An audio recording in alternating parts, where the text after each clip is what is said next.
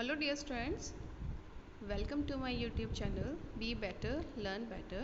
Dear students, today I will teach you formal organization. Dear students, meaning of formal organization, the informal organization. The informal organization refers to a structure where employees interact beyond their official defined rules. जहाँ पे जो employ है official rule के अलावा जब हम मिलते हैं इंटरेक्ट करते हैं एक दूसरे के साथ वो होता है informal organisation can be defined as a network of social relationship among the employ. देखिए ये ऐसा रिलेशनशिप है, नेटवर्क है, social relationship among the employ. जब किसी ऑर्गेनाइजेशन में काम करने के लिए लोग आते हैं वो अपने क्वालिफिकेशन के हिसाब से आते हैं, सब अपने डेजिग्नेशन के हिसाब से अलग अलग होते हैं, लेकिन जब इसके अलावा इसी ऑर्गेनाइजेशन के अंदर एम्प्लॉय बार बार एक दूसरे से मिलते हैं, उनकी जब बॉन्डिंग बन जाती है, उनमें एक रिलेशनशिप बन जाता है, वो होता है इनफॉर्मल ऑर्गेनाइजेशन। फॉर्मल में तो हम अपने सीनियर के साथ अलग बिहेवियर रखेंगे, ठीक है, उस हिसाब से। अब informal organisation means formal organisation के अंदर ही हम जब एक दूसरे से इंटरेक्ट करते हैं, किसी के साथ हमारी अच्छी बॉन्डिंग बनती है, किसी के साथ नहीं बनती है, किसी के साथ बात करना चाहते हैं, यहाँ पे कोई रूल रेगुलेशन नहीं है, हमें जो अच्छा लगता है, हमारी जो नीड है, सोशल नीड, ठीक है, उसके हिसाब से हम अपने यहाँ पे ग्रुप बनाते हैं। नेक्स्ट इसमें देखिए डेफिनेशन है ये केन डेविस की, informal organisation is a network of personal and social relations. देखिए बच्चों यहाँ पे पर्सनल एंड सोशल रिलेशन बोला है, नॉट एस्टेब्लिश और required by the formal organisation but arising spontaneously as people associated with one other. यहाँ पे देखिए केन पे यही बोलते हैं कि ऐसा ही नेटवर्क है personal and social not establish नहीं किया है formal organisation, but spontaneously arise हो जाता है क्योंकि लोग यहाँ पे आपस में मिलते जुलते हैं। नेक्स्ट इसमें features of informal organisation originate within the formal organisation. इसको पहले बता दूं बच्चों, देखो जैसे फॉर्मल ऑर्गेनाइजेशन है, कोई कंपनी है, वहाँ पे सभी लोग फॉर्मल तरीके से रहते हैं, लेकिन जब वो उसके अलावा जैसे कैंटीन में मिल रहे हैं, स्टाफ रूम में मिल रहे हैं, उनका बिहेवियर अलग हो सकता है, ठीक है। यहाँ पे क्या है, originated within the organisation, वो जो इनफॉर्मल ऑर्गेनाइजेशन है वो उस फॉर्मल के ही अंदर ओरिजिनेट होगी। हम यहाँ से ऑर्गेनाइजेशन के बाहर की नहीं बात कर रहे, एम्प्लॉय जो उस ऑर्गेनाइजेशन में काम करते हैं उनका आपस में रिलेशन जो बन जाता है वो है। देखो informal organisation is the result of frequent contact for interaction among employees who are part of formal organization. Therefore informal organization originate within the formal organization. ये important है, देखिए बच्चों,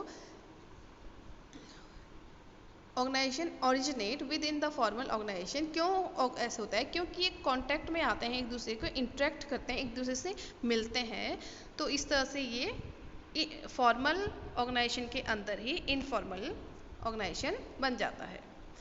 अब नेक्स्ट है, देख लीजिए, no official standard of behaviour, ठीक है। इनफॉर्मल का करेक्टर पढ़ रहे हैं हम लोग, यहाँ पे जो बिहेवियर है हमारा वो इनफॉर्मल होगा, ठीक है। अब यहाँ पे हम लोग ये नहीं हमारा बॉस है तो हमें विश करनी है, तो यहाँ पे जैसे ये मैंने पिक्चर इसमें डाल रखी है, इसमें से कोई मैनेजर भी हो सकता है, कोई आपका क्लर्क भी हो सकता है, ठीक है। इस तरह से सभी यहाँ पे बिहेवियर यहाँ पे डिफाइन नहीं है, कौन कैसा बिहेव करेगा, यहाँ पे ग्रुप भी डिसाइड करता है, ठीक है। Informal organisation involves formation of group among employees who frequently contact as a part of formal relationship. Since the group are formed because of common interest, the standard of behavior evolved from group norms. They are not official laid rule and regulation for informal organization. देखिए बच्चों यहाँ पे क्या है, लोग अपने since the group are formed because of common interest के हिसाब से ग्रुप यहाँ पे बना है। द स्टैंडर्ड ऑफ बिहेवियर, जो कैसा behaviour evolve from the group norm, group ही डिसाइड करेगा कि कैसा बिहेवियर रखना है। They are no official laid rules, यहाँ पे ऑफिशियल कोई रूल नहीं है। नेक्स्ट देखिए, इंडिपेंडेंट चैनल ऑफ कम्युनिकेशन, ठीक है।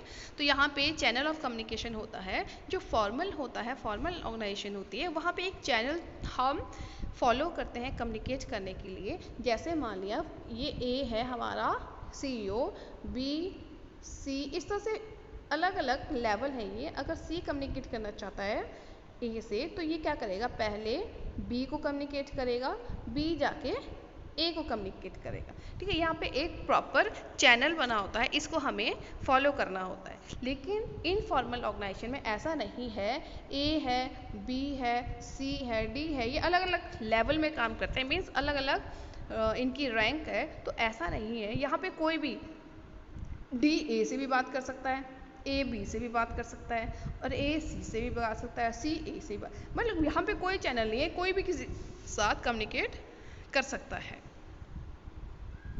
नेक्स्ट है बच्चों, नो फॉर्मल स्ट्रक्चर।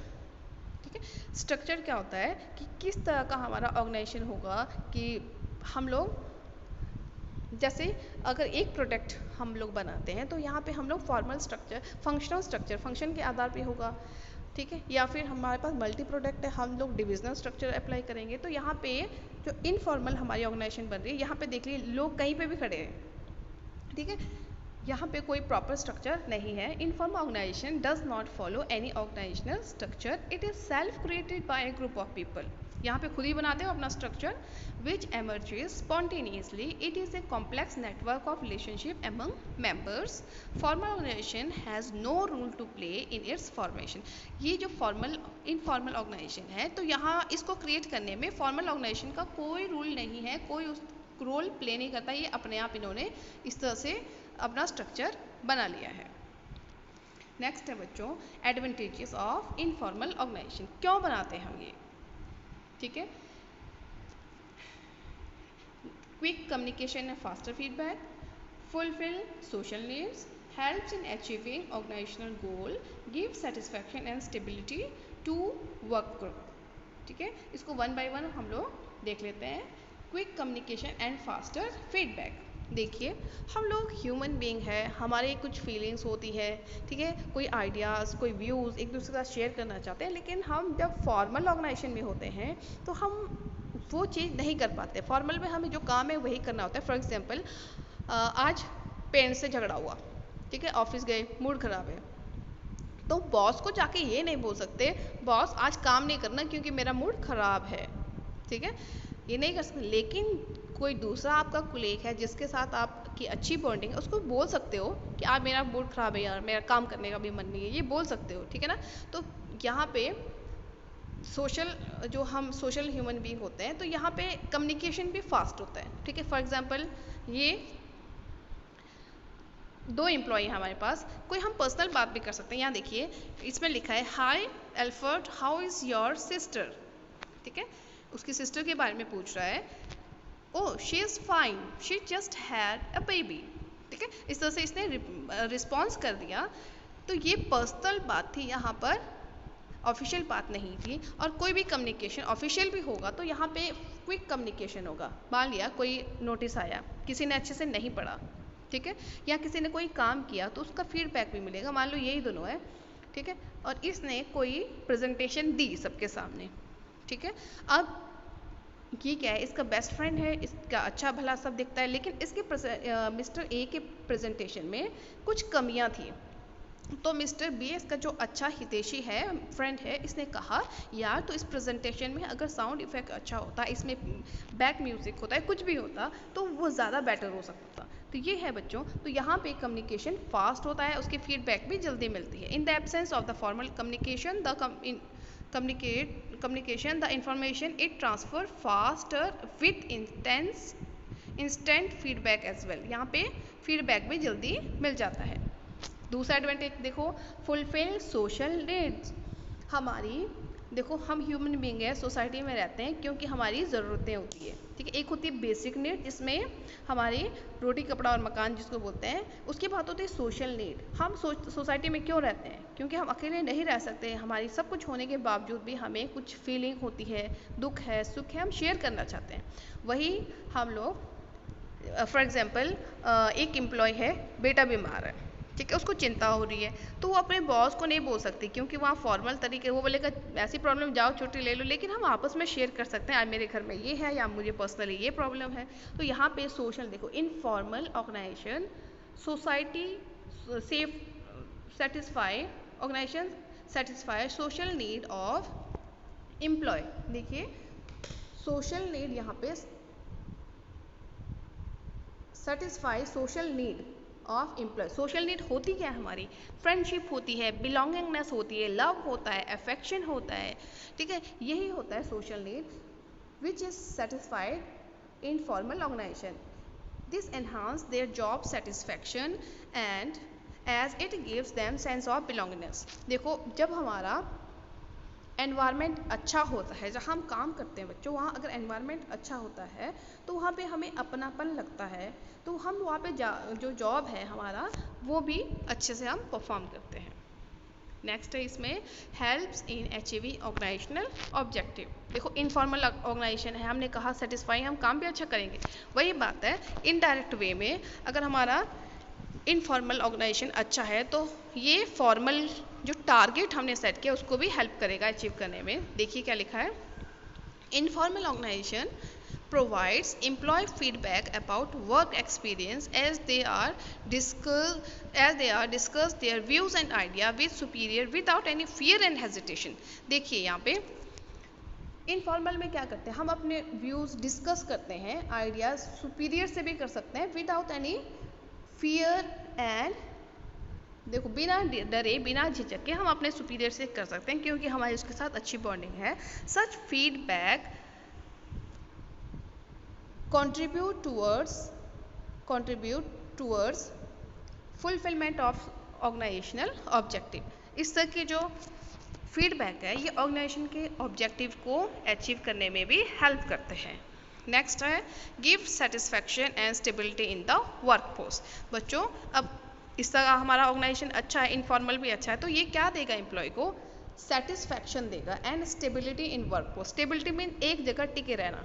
अगर ऑर्गेनाइजेशन काम करने का एनवायरनमेंट ठीक नहीं है, वहाँ पे सब एक दूसरे के चिढ़ते हैं, एक दूसरे का साथ चुगलियाँ करते हैं, तो वो अच्छा एनवायरनमेंट नहीं है, तो लोग वहाँ पे छोड़ना ही चाहेंगे।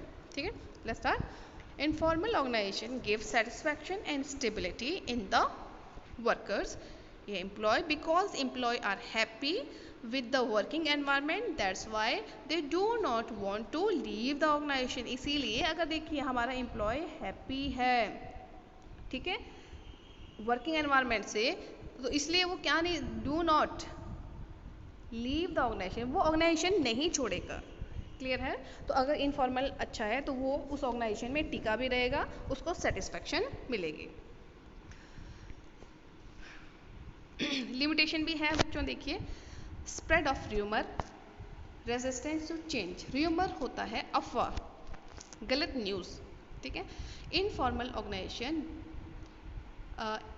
Organisation becomes a disruptive force when it spreads rumour, ठीक है। जब ये इस तरह से र्यूमर अगर फैलाता है, ठीक है बच्चों, र्यूमर समझ गया आप, किसी के बारे में कोई गलत इन्फॉर्मेशन कोई फैलाता है, spread rumour, such rumour not only spoil the team spirit but moral also adversely affect the smooth functioning of the organisation. ठीक है, ऑर्गेनाइजेशन के स्मूथ फंक्शनिंग को भी ये प्रभावित करता है। मान लो र्यूमर है, किसी के बारे में ऐसी किसी ने गलत अफवाह फैला दी, बॉस तो तेरे बारे में बहुत गुस्सा हो रहा था, ये है वो है, तो तुझे पसंद नहीं करता। देखो पर्सनली है ये, इससे क्या होगा, उसके मन में यही बात लगी रहेगी और उसके काम में मन नहीं लगेगा, काम में मन नहीं लगेगा, वो अपना टारगेट अचीव नहीं कर पाएगा और इसकी वजह से जो ऑर्गेनाइजेशन का प्रॉपर फंक्शनिंग है वो पूरी तरह से नहीं हो पाएगी। ठीक है, अब रेसिस्टेंस टू चेंज। बच्चों रेसिस्टेंस टू चेंज होता है कि खुद को चेंज करने से मना करना, अपोज करना।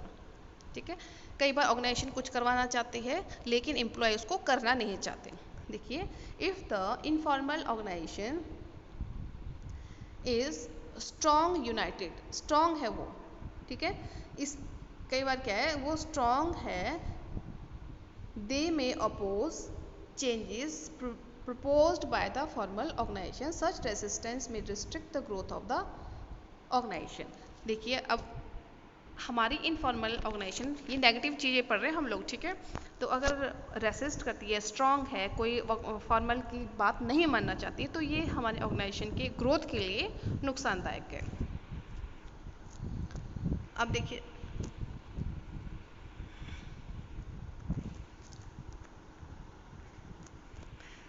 नेक्स्ट इसमें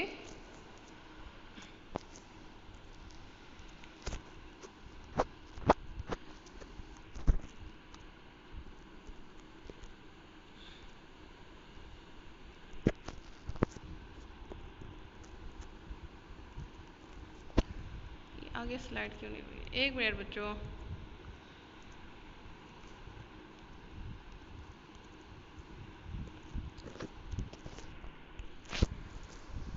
तो बच्चों आज हम यहीं तक करेंगे। आई थिंक स्लाइड में कुछ प्रॉब्लम हो गई है, तो